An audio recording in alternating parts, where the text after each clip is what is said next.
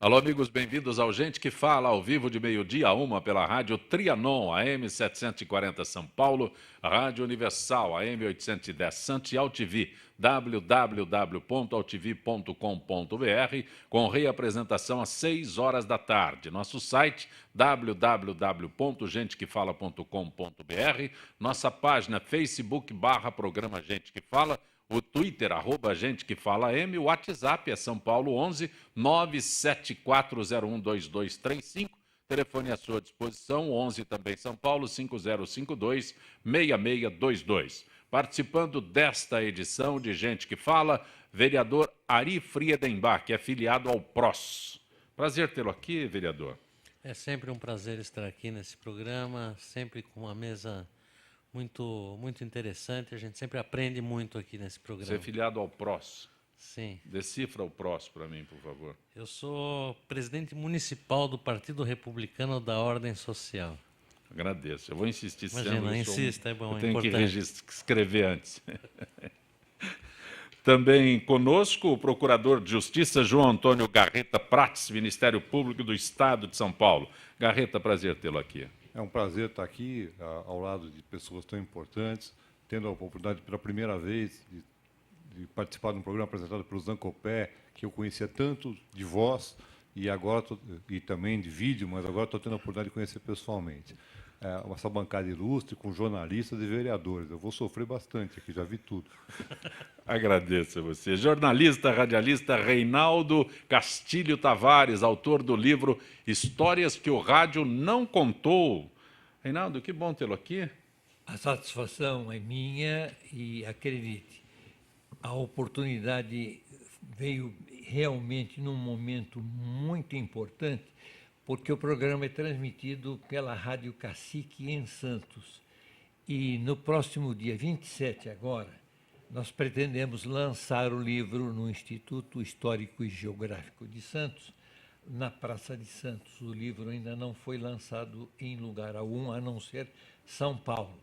A primeira cidade a ser lançado o livro será em Santos. Então, isto me dá muita alegria, e aos telespectadores e aos demais convidados e componentes da mesa, e principalmente a você, companheiro velho de guerra e de muitos anos de lutas, né?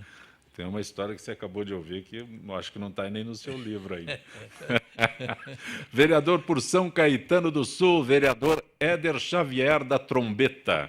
Éder, esse nome é nome adotado ou é nome de... já é proposital? Prazer tê-lo aqui. Prazer também, uma satisfação nos acompanhar com você nesse programa, que aqui os componentes da mesa já anunciaram a penetração, etc., e a competência da própria mesa. Agora, o nome Trombeta, porque nós temos lá um jornalzinho, muito simplesinho, de uma associação em São Caetano do Sul, e o grupo que dirige a ASEAN criou, então, o jornal A Trombeta. E nós trombeteamos muitas coisas na cidade de São Caetano. Espero trombetear um pouquinho aqui no teu programa. Por isso é o Éder da Trombeta. Né? O pessoal de São Caetano o identifica como Éder da Trombeta. CPI da Sabesp quer ouvir população. A Comissão Parlamentar de Inquérito da Câmara Municipal, que investiga o cumprimento do contrato da Sabesp com a cidade de São Paulo, quer ouvir representantes da empresa e especialistas, fazer audiências públicas nos bairros para ouvir a população. Um dos objetivos é tentar entender por que há tantas queixas de falta d'água, enquanto a Cantareira, o governo e a Sabesp afirmam que não há racionamento. Ari Friedenbach é presidente da Comissão Extraordinária Permanente de Segurança Pública, vice-presidente da CPI da Sabesp. É isso, Ari? Exatamente. Então eu começo contigo este assunto. Bom, esse debate está muito acalorado na Câmara, como em toda a cidade, em todo o estado de São Paulo. Nós estamos sofrendo um racionamento sem declaração do governo, muito pelo contrário, o governo, a presidente da Sabesp, que foi ouvida por algumas vezes já na CPI, declara de que não há racionamento na cidade de São Paulo. O que diz a Sabesp é que o que há é uma redução na pressão no fornecimento de água. O fato é de que Zona Leste e Zona Norte todos os dias estão sem água, ou seja, nós vivemos sim uma situação de racionamento. Na minha opinião, Uma das razões, além da falta de chuva evidente, é uma profunda falta de responsabilidade do governador ao administrar essa questão, que já vinha sendo informada a Sabesp há mais de 2 anos pelos técnicos de que essa situação iria ocorrer, independente da falta de chuvas. O que houve foi uma falta muito grande de investimentos por conta pela própria Sabesp, que ontem foi pedir à nossa presidente 3,5 bilhões de reais para investir, sendo que a Sabesp é uma empresa que tem 51% do seu capital é do governo do Estado, e o governo deveria trabalhar com muito mais responsabilidade, na minha opinião, na questão da preservação da água.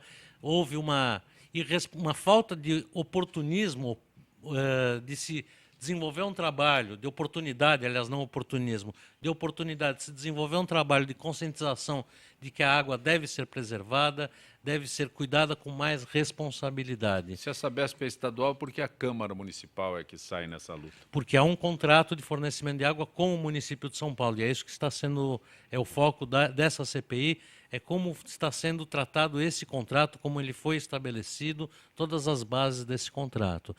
Agora, eu estive, inclusive, sobrevoei a região lá do reservatório da Cantareira, na região de Bragança, e o que se vê lá é uma situação trágica e que não está se divulgando, e a Sabesp não tem nenhum estudo a respeito, isso já foi dito na Comissão Parlamentar de Inquérito, nenhum estudo do dano ambiental, que é gravíssimo, isso não vai haver como se recuperar, no mínimo em 50 anos, porque está se captando água, está se captando toda a fauna, a flora, e isso ninguém fala, a Sabesp não se responsabiliza por isso, não há nenhum estudo que apurou os danos que estão sendo causados, que são muito, muito graves. Garreta, que é procurador de justiça. Eu moro em Atibaia, e Atibaia não é área da Sabesp. Acompanho, óbvio, como cidadão, só trabalho na área criminal do Ministério Público e espero que não tenha repercussão na área criminal essa matéria, a água. Vejo em Atibaia, moro do lado da represa, como baixaram os níveis da represa.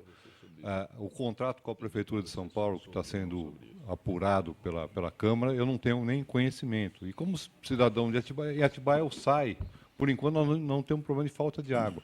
Por incrível que pareça, a região de Bragança, a região de Atibaia, não chegou a falta d'água lá, e espero, Deus queira, que não chegue também. C. Tavares, como você analisa essa? Vejam, a questão da água não é uma questão local ou regional. Não é só em São Paulo que está faltando água.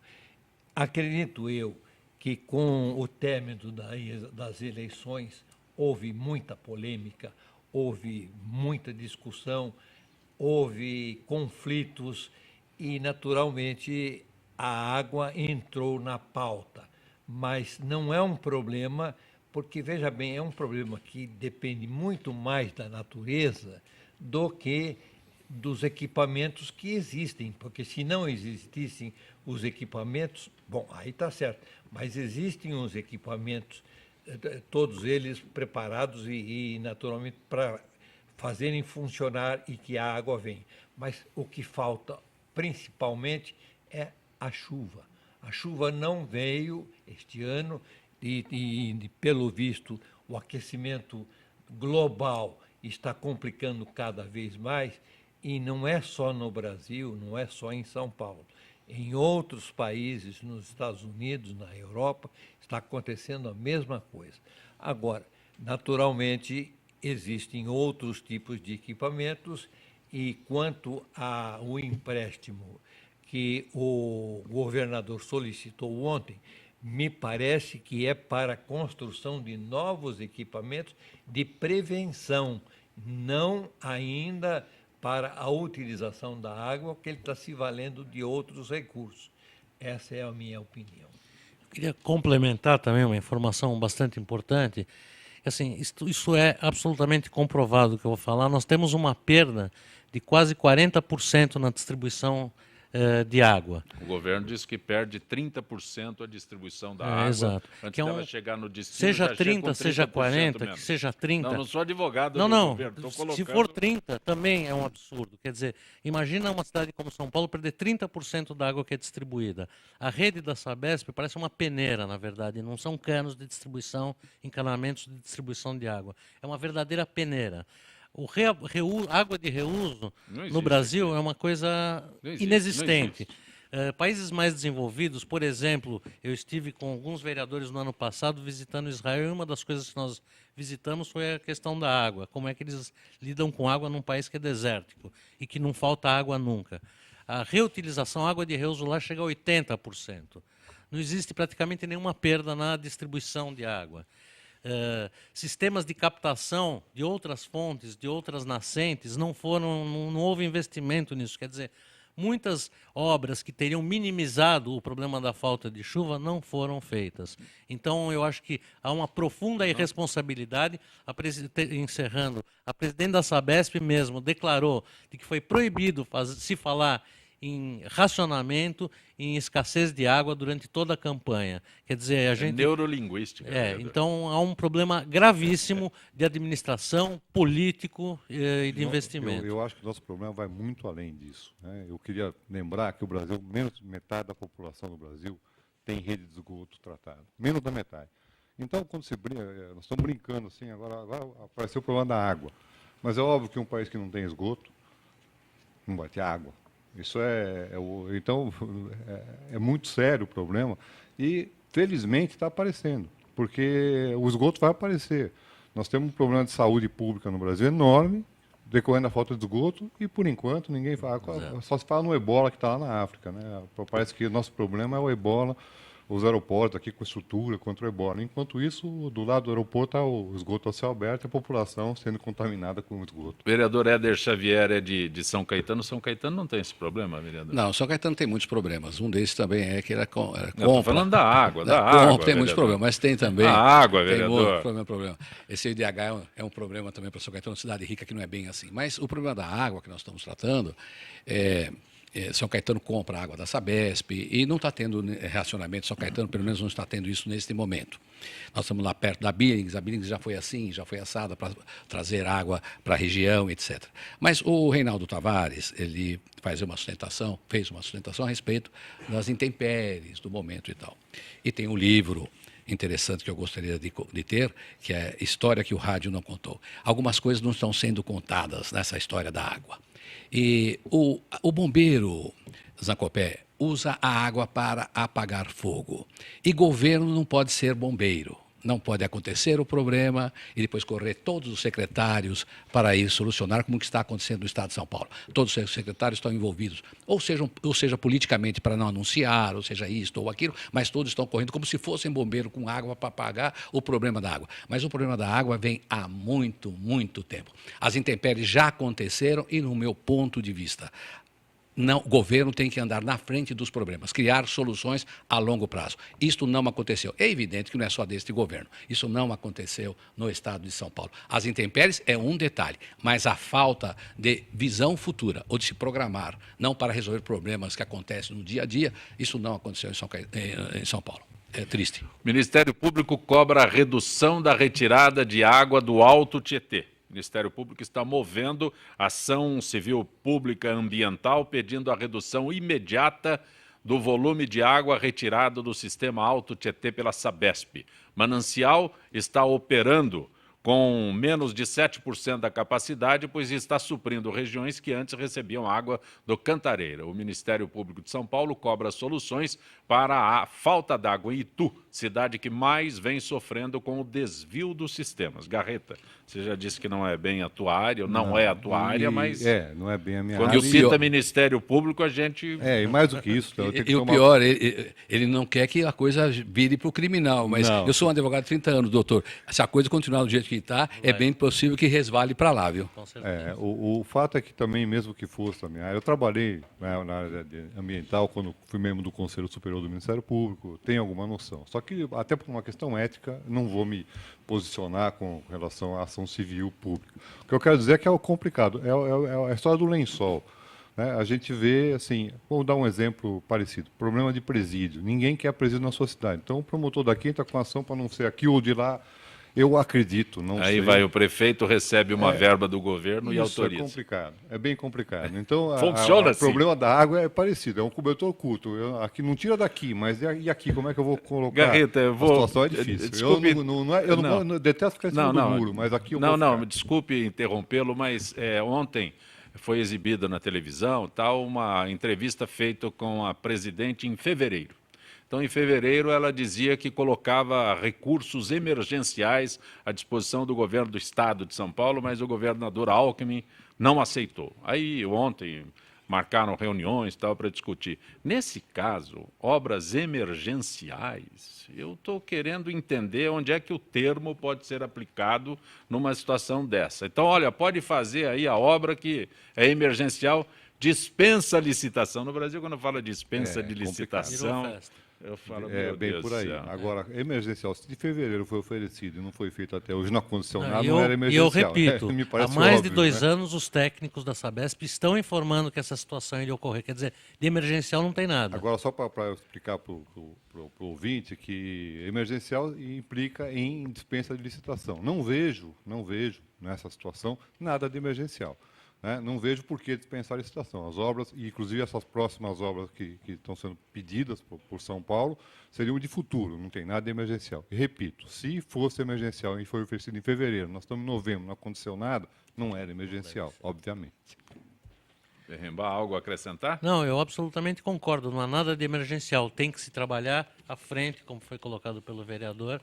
É função do governo pensar 50 anos à frente, para que a gente não sofra uma situação que se torne emergencial por falta de visão política, de planejamento dos nossos governantes. Você está acompanhando Gente que Fala pela Rádio Trianon, AM 740 São Paulo, Rádio Universal, AM 810 Santos e AltV, www.altv.com.br. Conosco hoje o vereador por São Paulo, Ari Friedenbach, filiado ao PROS, o jornalista, radialista Reinaldo C. Tavares, autor do livro Histórias que o Rádio Não Contou, o vereador por São Caetano do Sul, Éder Xavier da Trombeta. Que partido? Sem partido no momento. Ah, é? É. Procurando um partido, Zacopé. Arranja aí um partido para mim. Eu? Você acabou de receber um convite aqui. Ó. Ótimo. Procurador de Justiça João Antônio Garreta Prates, do Ministério Público do Estado de São Paulo. Ex-prefeito de São Caetano tem contas reprovadas. Tribunal de Contas do Estado reprovou as contas do ex-prefeito de São Caetano, José Auríquio Júnior, referentes a 2012, último ano de seu mandato. A rejeição pode torná-lo inelegível por 8 anos. No parecer do TCE, consta que a dívida da prefeitura foi de 2.990.000, quase 3, barrando nos 3. É que nem loja de 1,99, aqui é 2,99. Isso foi em 2011 para 274 milhões e meio em 2012. Aumento de mais de 9.000%. Entre as dívidas, 33 milhões com a Previdência Social. Hoje, Auríquio é secretário de Esportes do Estado. Éder Xavier, pode tocar sua trombeta aqui com uma notícia dessa. Mas vamos trombetear sem uma dose política excessiva. Vamos trombetear aqui. Eu quero vamos que você esclareça essa notícia que eu acabo de ler. Com documentos do... Me perdi até nos números aqui, porque não sabia se era isso mesmo, né? Que eu estava dando, lendo um número, até titubeei, mas depois um reajuste ou aumento de 9.000%. Então não estava errado. Desculpe, quando eu tropecei nos números aqui. Não, Zacopé, está perfeito. Olha, você vê bem uma coisa. Absurdo, absurdo, absurdo o que aconteceu. Certamente, nós estamos fazendo esse levantamento. É bem possível que o ex-prefeito José Auríquio Júnior, que hoje, como você bem disse, é secretário de Esporte do Estado de São Paulo, do governo Alckmin, venha a ser o campeão, o mais ousado dos prefeitos entre os 645 municípios do Estado. Porque, a partir de maio do ano de 2011, 2012, a partir de maio do ano de 2012, ele deixou uma dívida que representa 35% do nosso orçamento, do orçamento de São Caetano do Sul.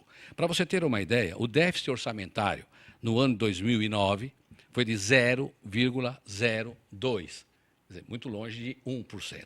Em 2010, 0,07.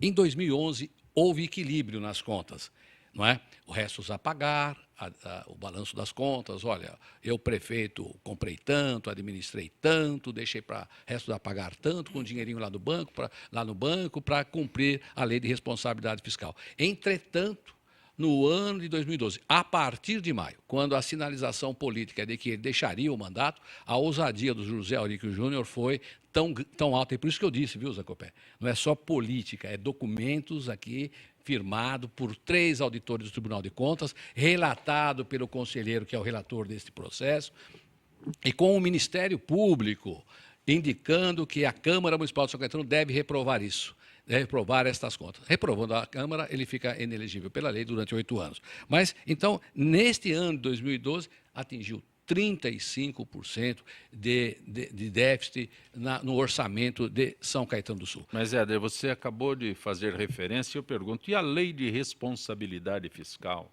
É por isso que eu também fiz essa colocação de que a ousadia do senhor José Aurico Júnior é, assim, inexplicável, né? É incomensurável. Porque na lei de responsabilidade, todos nós sabemos, você pode deixar restos a pagar, mas o dinheirinho tem que estar lá no banco.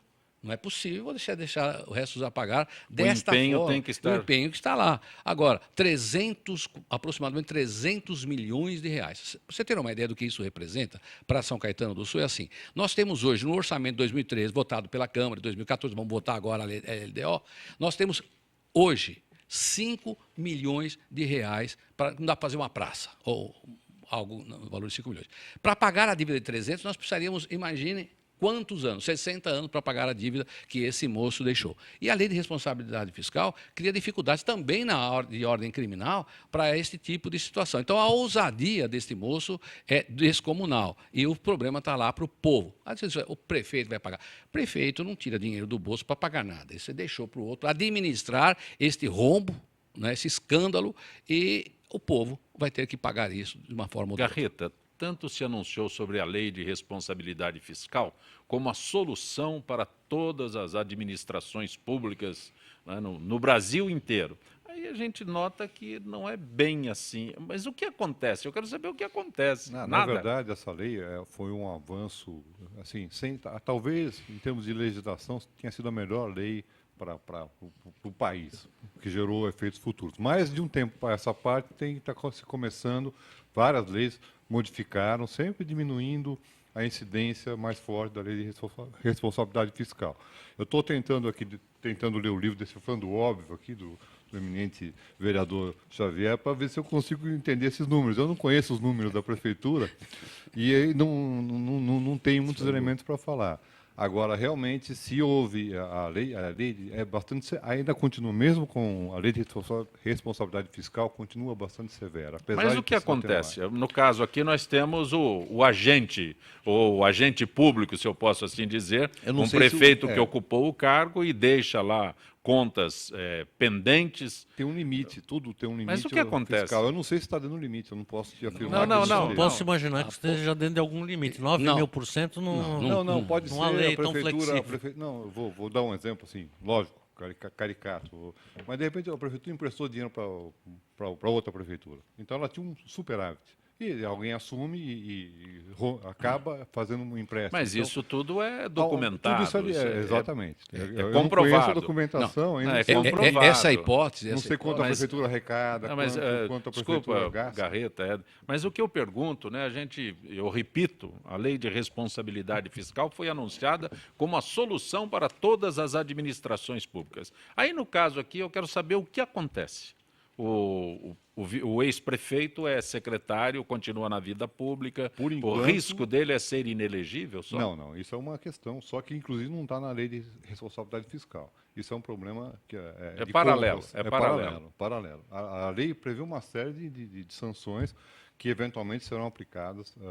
É que as sanções, desculpe, mas as sanções são ao município, não ao prefeito. Não, né? também ao prefeito. Assim, em termos de conseguir financiamentos. Agora o prefeito De que forma ele vai responder? Não, ele com isso, responde, né? responde até com patrimônio pessoal, eventualmente.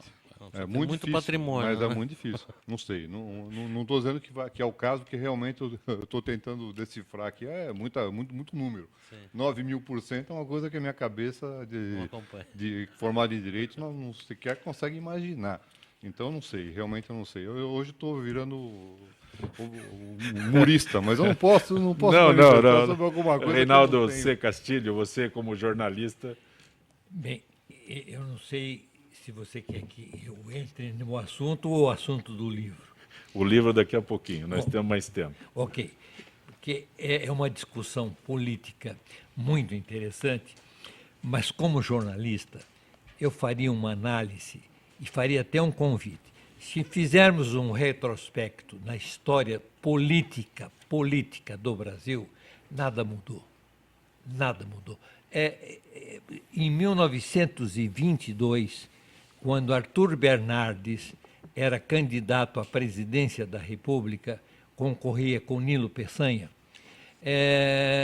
era presidente o Epitácio Pessoa. Pois bem, em 1922, vejam bem, criaram-se cartas falsas atribuídas ao Arthur Bernardes, que ele não escreveu, ele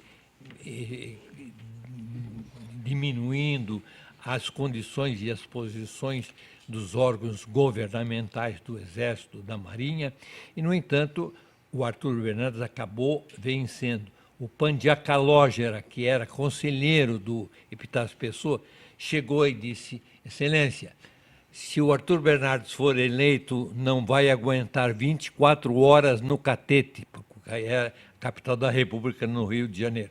Assim mesmo, o Arthur Bernardes foi eleito. Mas a confusão era tanta e os conflitos eram exatamente como hoje, em proporções menores, porque a população era menor, o país era menor. Mas o governo do Arthur Bernardes foi todo ele um mandato exercido em estado de sítio. Você está acompanhando Gente que Fala pela Rádio Trianon, AM 740 São Paulo, Rádio Universal, AM 810 Santos e AltV, www.altv.com.br. Retornaremos em instantes.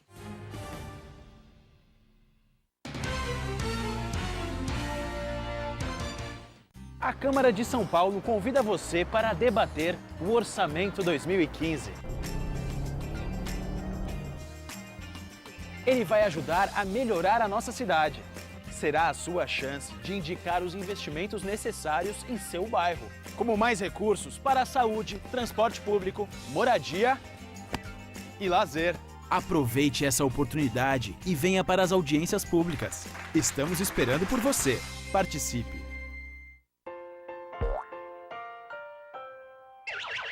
Em 2014, serão diagnosticados 69 mil novos casos de câncer de próstata.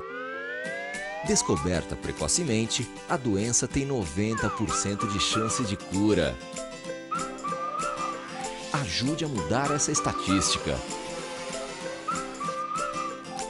Compartilhe a informação de que cuidar da saúde também é coisa de homem. Drible o preconceito. Mês Mundial de Combate ao Câncer de Próstata. Novembro Azul.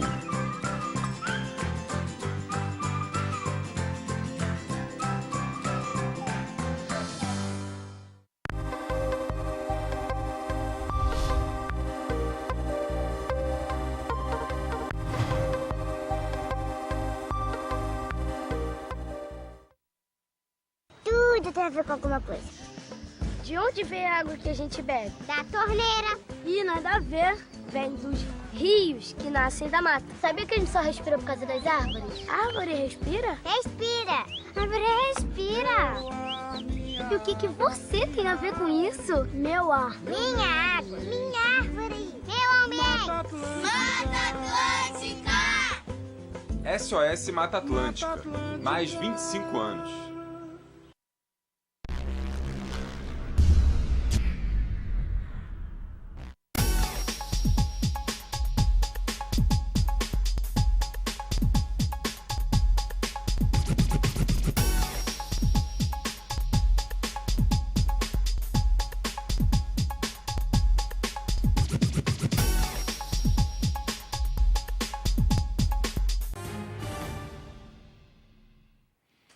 Você está acompanhando Gente que Fala pela Rádio Trianon, AM 740 São Paulo, Rádio Universal, AM 810 Santos e AltV, www.altv.com.br. Nosso telefone à sua disposição, 50526622 pela AltV, a reapresentação às 6 horas da tarde. Nosso contato agora com o Duarte Moreira, que é presidente da FIPESP. Duarte Moreira, que bom tê-lo aqui no Gente que Fala. Igualmente, boa tarde, Zancopé. O meu boa tarde aos debatedores do programa, o vereador Ari Friedenbach, que é a Comissão Extraordinária Permanente de Segurança Pública e vice-presidente da CPI da Sabesp. O jornalista e meu amigo radialista e também meu colega da Academia dos Jornalistas de São Paulo, Reinaldo Castilho Tavares, autor do livro Histórias que o Rádio Não Contou. O vereador por São Caetano do Sul, Éder Xavier da Trombetta. O procurador de Justiça, João Antônio Garreta Prates, do Ministério Público do Estado de São Paulo. As suas ordens, Zancopé. O solidário da FIPESP. Durante o ano, a FIPESP realiza ações sociais de apoio a instituições beneficentes. Como é realizada a campanha Natal Solidário? A campanha Natal Solidário, novamente promovida pela Coordenadoria Social da AFIPESP e por nossas unidades regionais do interior e litoral paulista, visa o auxílio e o atendimento básico das necessidades de crianças carentes de diversas instituições beneficentes. Como a FIPESP presta esse auxílio? Olha só, na coordenadoria, o associado pega os dados da criança e compra as roupas e brinquedos específicos para a criança.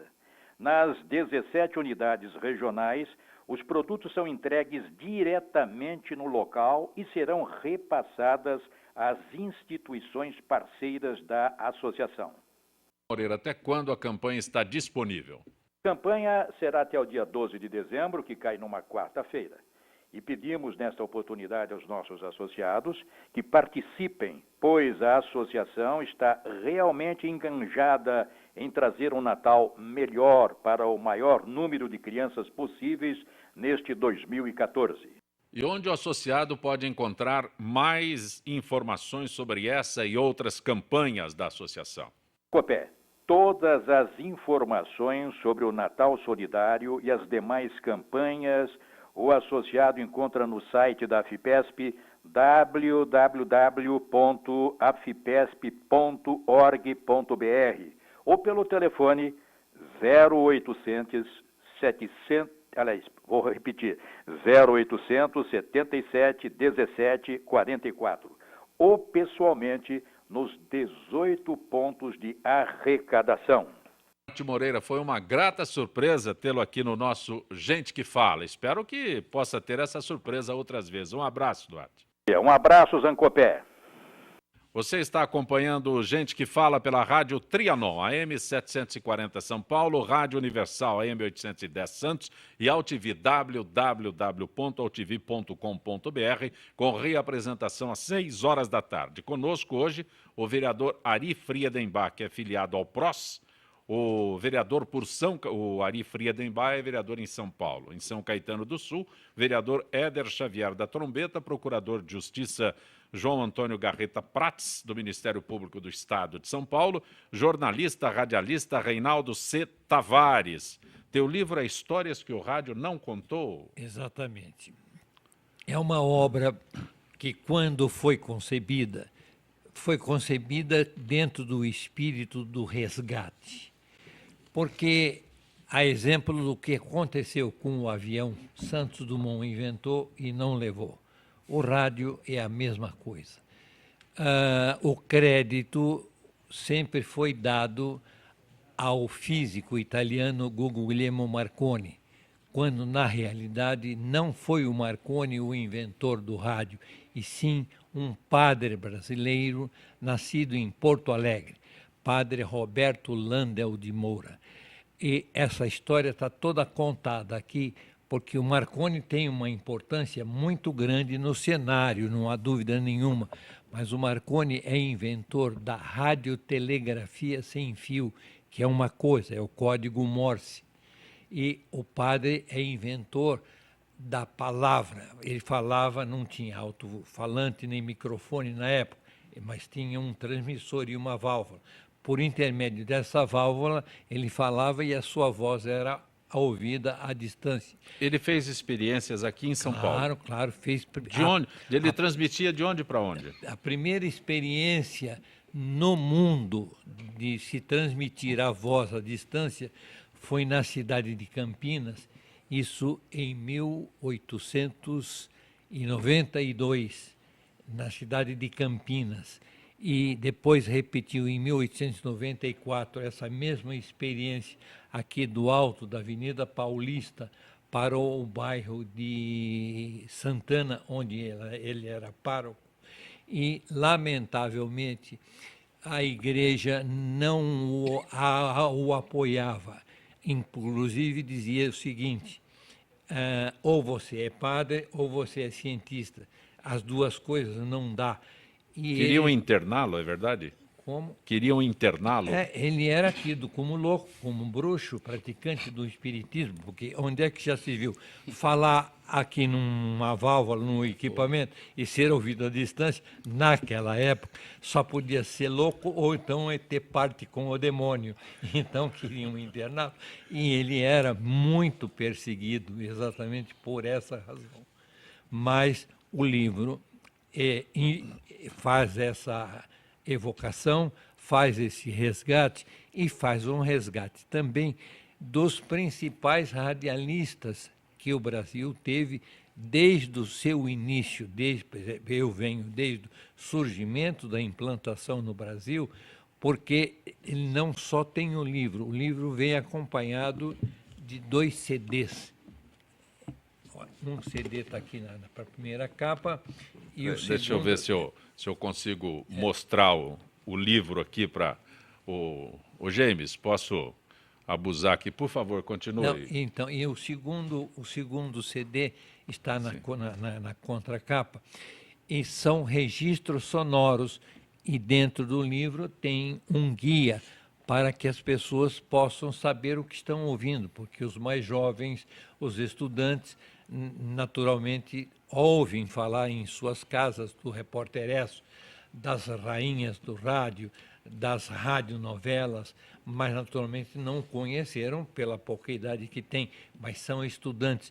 E exatamente o livro é uma obra de consulta, é uma obra onde se possa saber quem foram os principais animadores do rádio brasileiro, não do rádio só em São Paulo, como também há aqui uma relação de todas as emissoras AM que se implantaram no Brasil desde 1923, cuja primeira foi a do professor Edgar Roquette Pinto, foi a Sociedade Rádio Clube do Rio de Janeiro. Reinaldo C. Tavares, quais os prefixos que você trabalhou, jornais? Jornais, eu trabalhei na rádio, em jornal, na Tribuna, aqui no diário, nos diários de emissoras associadas, e como jornalista escrevi muitos artigos para revistas especializadas e inclusive uma coluna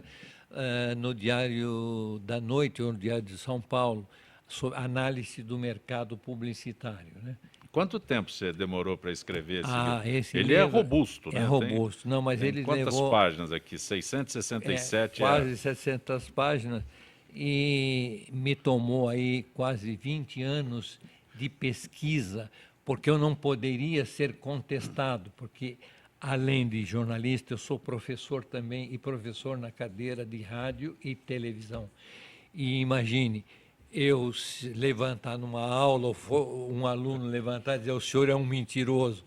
Até hoje, alguma. De forma alguma. Então, veja bem, essa pesquisa do padre Roberto Landel de Moura é muito interessante e toda a história dele está aqui, da família. Você disse que o livro não foi lançado, mas está na terceira edição, não foi lançado em Santos. Não saiu em Santos, exatamente. Bom, não foi em Santos. O Não, pessoal que nos acompanha pela Rádio Universal em Santos, que dia que é o lançamento? Será dia 27 agora de novembro, cai numa quinta-feira e será lançado pelo Instituto Histórico e Geográfico de Santos. Mas é a terceira edição, atualizada e revista. Encontro aqui nas melhores livrarias, diria assim, usando um termo que gastamos.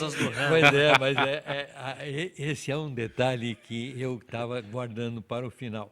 O livro foi editado pela Paulus Editora. Sim. Então, a Paulus tem livrarias próprias. Então, os livros só podem ser encontrados nas livrarias da Paulus ou então pela internet. Então, mas que avanço para nós, hein? Não, para nós, sem dúvida alguma. Paulus tem uma livraria bem em frente à estação Ana Rosa do metrô. Exatamente, ali e outra na Praça da Sé. Isso, a indicação mais fácil é sempre próxima ali à estação, é do lado da estação Ana Rosa do metrô, certo? Mas tem muitas curiosidades. Por exemplo, só mais 2 minutinhos, mas é importante que se diga. Brasília, quando foi inaugurada sem luz. Pouca gente sabe disso. Eram geradores que funcionavam em cima daqueles caminhões Mercedes-Benz, aquela barulheira danada, porque não havia luz. Mas o Juscelino queria construir Brasília de qualquer forma, então foi construída, mas foi construída com um gerador. Da mesma forma que a Rádio Nacional do Rio de Janeiro, de Brasília, que foi inaugurada em 1958, ela foi inaugurada com gerador e não tinha luz ainda. Você está acompanhando Gente que Fala. O vereador por São Caetano, Éder Xavier da Trombeta, nos deu um livro autografado aqui também, Decifrando o Óbvio, Éder. Autografou o livro mas depois, para mim. Depois que eu ouvi o Reinaldo falar com tanta propriedade, jornalista, fez um livro desse jeito, eu acho que eu vou pegar esse livrinho aqui e vou levar de volta. Absolutamente. Esse já está autografado, o Garreta também não permite. Que alegria. Que livro é esse teu? O Decifrando o Óbvio é um livro assim que não tem tanta criatividade do autor. São 3 títulos de livros, são 12 mil livros já entregues gratuitamente, mas o tema é o que diz... Como você escreve um livro e diz que não tem criatividade do autor? Não, porque é um documentário, deixa eu dizer a você. Ser. É que eu estou perto aqui do Tavares, e olha o que ele conhece, então eu fiquei aqui muito impressionado. E a verdade é assim, a expressão criatividade é porque o livro é o que diz a Bíblia e o que diz a ciência. Não sustenta nenhum aspecto religioso, nada disso. E eu sustento a tese de que nós não estamos sós no universo, que a Bíblia contra essas façanhas todas dos anjos, arcanjos, querubins, serafins, e é mais ou menos como hoje esses programas de televisão, National Geographic, que traz lá astronautas do passado, é mais alguma coisa tipo que alguém deve lembrar aqui, certamente o Tavares, era um deus dos astronautas do Erich von Däniken, mas é assim, só focado na Bíblia. Então é isso, não tem grande criatividade. Eu leio o que está na Bíblia, leio o que está escrito que a ciência diz e vou reproduzindo aí no livro. Mas sustento a tese. Advogado tentando fazer livro, sustento a tese que nós não estamos sós no universo. É evidente que a Bíblia não fala sobre aquele baixinho, verdinho, com um negocinho na mão, bzz, bzz. Ela fala de coisas muito mais avançadas do que essa, lógico. Você está conosco nesta edição de Gente que Fala, o vereador Ari Friedenbach, filiado ao PROS, o jornalista, radialista Reinaldo C. Tavares, autor do livro Histórias que o Rádio Não Contou, o vereador por São Caetano do Sul, Éder Xavier da Trombeta, sem partido, procurador de Justiça, João Antônio Garreta Prates, do Ministério Público do Estado de São Paulo. Éder, eu leio aqui sem partido, eu não estou habituado a anunciar políticos sem partido. Friedenbach, isso é raro, não é? É verdade. Político sem partido? Mas às vezes é um momento um rito de passagem, vamos dizer.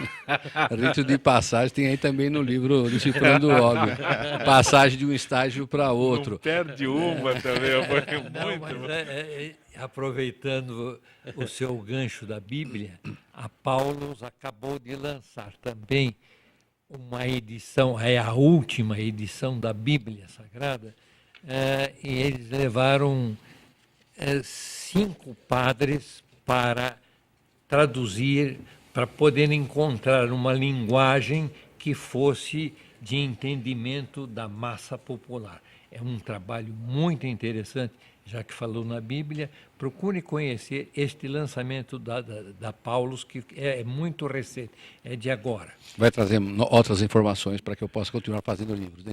Aqueles que ligaram para o 50526622, Cícero de Itapevi, Garreta, quando um juiz manda prender e o desembargador manda soltar, isso ajuda a criar o alto custo com a violência no país? Acontece com o oposto também, às vezes. Às vezes o desembargador manda prender, o juiz manda soltar. Já aconteceu isso também. É triste a visão que a sociedade tem da justiça, de que a justiça só solta. Mas não é uma visão sem fundamento. Eu trabalho há 30 anos na área criminal. Infelizmente, nem todos os promotores, nem todos os juízes, nem todos os delegados, nem todos os advogados têm uma visão de que estão no Brasil, né? A gente conhece, eu trabalho com algumas pessoas que eu acho que vivem na Suíça. Honestamente, vivem alguns juízes, alguns promotores, alguns advogados. Acho que o mundo ideal, gostaria que no Brasil chegasse perto, só que nós não vamos chegar. E aumenta, assim, infelizmente, a impunidade é o grande mal do nosso país. Enquanto não atingir, eu sempre falo, há 30 anos eu falo, vai piorar, mas nós vamos chegar no fundo do poço. Infelizmente, hoje eu falo, nós vamos piorar muito mais e o fundo do poço está muito longe. A hora que todos estiverem perdendo entes familiares, o seu patrimônio, ninguém puder ter mais nada, aí nós vamos acordar, talvez, e encarar um problema que é seríssimo, que é a segurança pública. Talvez o maior problema do nosso cidadão hoje em dia. Garreta, Jaime do Jardim Bonfilholi também manda uma pergunta para você. O que pode acontecer com um promotor que alega que arquivou em lugar errado pasta remetida pela Justiça da Suíça, retardando as investigações sobre o cartel dos trens e metrôs de São Paulo? Se fosse inespecífico, eu poderia até me manifestar. No caso, ele está se referindo a um procurador da República, do Ministério Público Federal. Eu não sei se é verdade ou não. Agora, se algum promotor, algum membro do Ministério Público engavetar qualquer investigação, em geral, por uma razão escusa, ele vai responder, pode perder o cargo, responde criminalmente, tem uma série de consequências.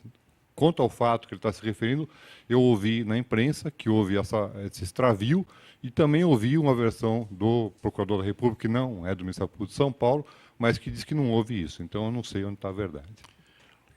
Friedenbach, Arnaldo do Belém, qual a avaliação sobre um vereador ter declarado durante depoimento que a CPI da Câmara Municipal que investiga a Sabesp não ia dar em nada? Chamou alguns colegas de palhaços, chamou outros vereadores de palhaços.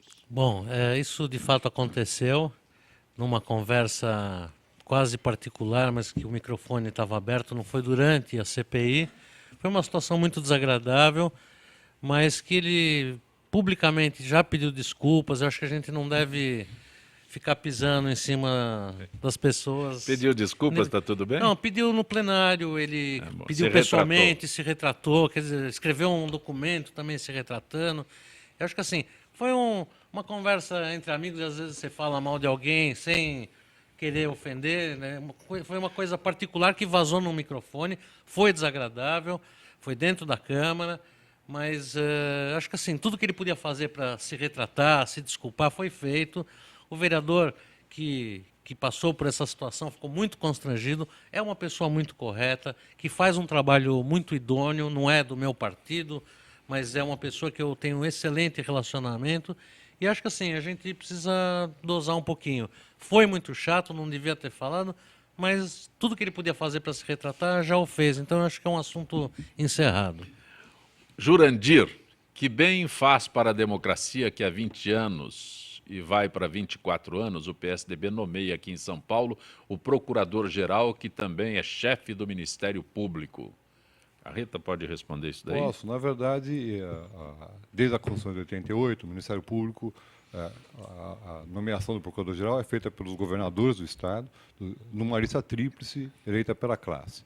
Então, eu honestamente tenho algumas restrições a esse modelo da Constituição. Entretanto, é o modelo que nós estamos vigorando.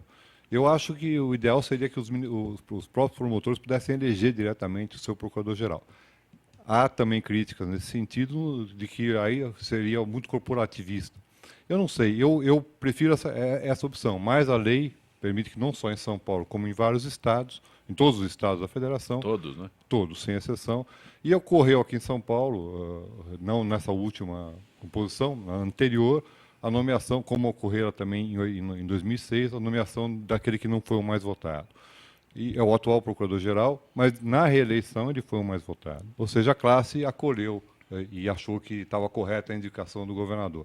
Eu acho que, conhecendo as pessoas que integram o Ministério Público, eu posso garantir que são absolutamente isentos. É um cargo de confiança? Não, assim, tem um mandato de 2 anos que só pode ser destituído pela Assembleia. Uma vez nomeado.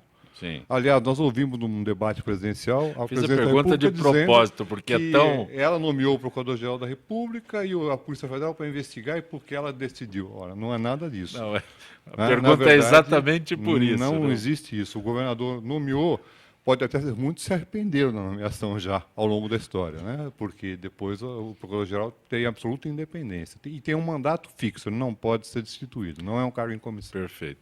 Paulo Alves, aqui de São Paulo, Garreta, também é para você a pergunta. Por que o governo do Estado não paga precatórios alimentares, lembrando que vários funcionários morreram sem receber? Eu próprio acho que vou receber alguma coisa quando meus netos, talvez, que eu tenho um crédito do Estado. É lamentável. Na verdade, a Constituição Federal já autorizou, em 88, uma recomposição de dívida. E houve 2 emendas constitucionais posteriores, postergando a dívida do Estado. Ou seja, se eu devo para o Estado, ele vai e toma a minha casa. Se o Estado me deve, ele paga quando ele quiser, na verdade. Se pagar. E o ano passado, se fez um movimento no Congresso, parece, e eu não duvido que agora nós estamos com problema de conta pública, a sociedade tem que estar muito atenta para que não haja outra mudança, permitindo que passe, aí não é nem mais para o neto, é para o bisneto, talvez. Reinaldo C. Tavares, Valmir pergunta qual será o futuro do rádio AM e, por consequência, o rádio FM. Olhe, eu posso garantir que o único veículo que vai resistir a essa avalanche toda, com a tecnologia de internet e essas coisas todas, será o rádio, porque o rádio é imediatista. E, naturalmente, já na Europa se ouve rádio com o som digital. No Brasil ainda não chegou por questões de ordem política, porque foram feitas experiências e, como você observou bem, essa é a 3ª edição. Na primeira edição, que saiu em 1997, eu já mencionava isso, que no Brasil existiria o DAB, que é o Digital Audio Broadcasting. Não deu certo essa experiência e o Brasil suspendeu essas experiências, mas chegando-se a uma conclusão, pode ter certeza que o rádio ocupará a posição que sempre ocupou, porque é de muita importância. E o vernáculo nosso só é mantido em países muito menores do que o nosso, usam o dialeto. Nós aqui usamos o português, graças ao rádio. Naturalmente existem expressões regionais, isso é muito normal, mas a língua portuguesa é conservada e se isso aconteceu pelo rádio. Maria do Socorro da Vila Guilherme tem 2 perguntas. Mora na Vila Guilherme, na rua onde moro, falta água todos os dias. O governador será o primeiro a aprovar a água que virá dos esgotos para ser transformada? O Friedenbach, você pode responder? Posso. Essa água de reuso, primeiro, assim, a tecnologia de hoje permite que ela seja absolutamente potável, quer dizer, você não vai beber esgoto. É uma água absolutamente limpa. Hoje nós temos tecnologia tranquilamente para tornar essa água potável. Então, eu não tenho dúvida que o governador vai tomar, eu tomaria, qualquer um pode tomar, sem nenhum risco de contrair doenças. Garreta? Na verdade, nós já tomamos. Nós tomamos água da Billings. O que é a Billings? Não é mas a água é tratada, ela não é colocada direto então no cano. Essa polêmica toda. Perfeito. A comparação é perfeita. É a mesma coisa. Mas nós temos tecnologia, como diz o vereador, mas essa tecnologia está implementada já? Vai ser implementada? Como é que está? Essa tecnologia vai ser implementada a um custo muito elevado, inclusive é muito cara essa tecnologia. Existem outras tecnologias que podem ser implementadas para minimizar o problema da falta de água, que é usinas de dessalinização, que muitos países usam isso em larga escala. Navios usam isso em 100% da água dos navios é dessalinizada, nos barcos veleiros. Isso é uma tecnologia absolutamente dominada nos dias de hoje. Então existem várias formas de se resolver o problema com custos diferentes, mas a tecnologia está absolutamente disponível para se ajudar a minimizar esse problema.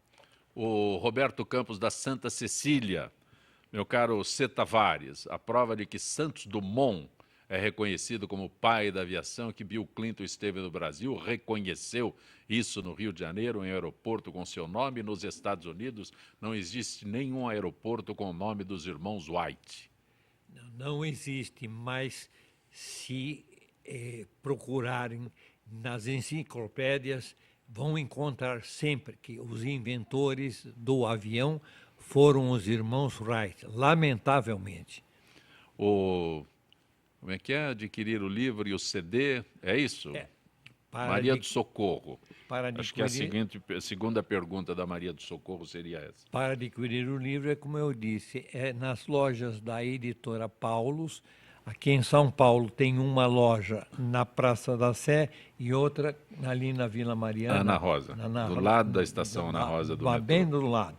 Ou então pela própria internet, basta acessar Editora Paulus, setor de vendas, pede o livro e eles mandam entregar em sua casa. Meu caro Reinaldo C. Tavares, foi muito bom tê-lo aqui no nosso Gente que Fala. Espero que possamos ter a sua presença outras vezes. Venha contar mais histórias. Você não contou. Tem que comprar o livro para saber as histórias. Não, mas a história mais interessante é do Cristo Redentor, porque ninguém hoje aqui entre nós é capaz de imaginar o Rio de Janeiro sem a presença do Cristo Redentor. E, no entanto, antes do Cristo Redentor, funcionou lá, e está aqui na contracapa, uma estação de rádio. Antecedeu ao Cristo Redentor. Ari Friedenbach, muito bom tê-lo aqui no nosso Gente que Fala, é sempre agradável recebê-lo. Bom, é uma delícia estar aqui. Mas já visto como o tempo passa rápido, né? Aqui é um instante, acabou o programa, mas é sempre um prazer estar aqui com uma mesa tão interessante, foi melhor ainda. Muito obrigado pelo convite. Éder Xavier da Trombeta, esses livros são entregues pessoalmente? É só entrar lá no site, ver Fácil Decifrando Óbvio, Éder Xavier, nós entregamos gratuitamente na casa de quem... Recebo em casa. Recebe em casa. Esse está autografado. Um abraço. Mas fiquei muito contente. O vereador Ari Friedenbach, ele disse assim no início do programa, ele disse assim, aqui a gente aprende, já veio outras vezes. Eu vim pela primeira vez, aprendi muito. Meu caro Reinaldo Tavares, nossa, quanta coisa eu tenho ainda que aprender com você. Vou ler esse livro, viu? Um abraço. Garreta, João Antônio Garreta, que bom tê-lo aqui. Olha, foi um prazer, eu adoro vir aqui. A Zenilda e o Fausto às vezes esquecem um pouco de mim, mas eu estou sempre à disposição.